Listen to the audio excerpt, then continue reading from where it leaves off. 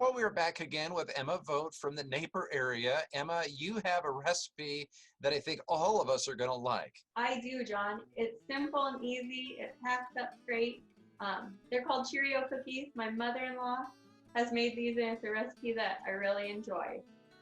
We start off, and we have half a cup of chocolate chips. You can do semi-sweet, you can do milk chocolate, and then half a cup of light caramel syrup, and then a fourth a cup of sugar.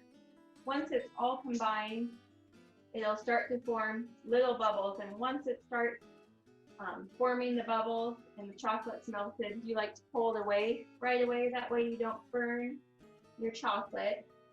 And once we've got just a few bubbles, we'll go ahead and put a half cup of peanut butter in and just mix that around real good.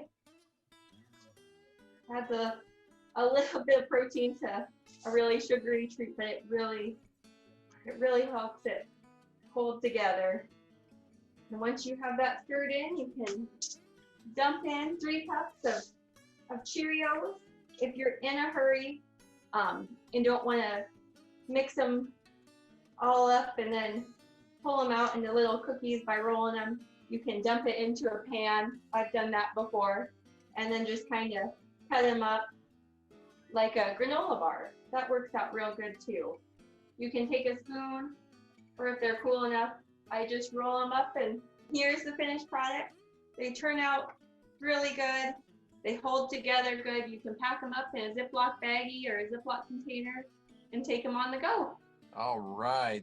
Thank you, Emma, for sharing that. I know everybody is going to enjoy a cookie and making that, so thank you very much. Thank you, John.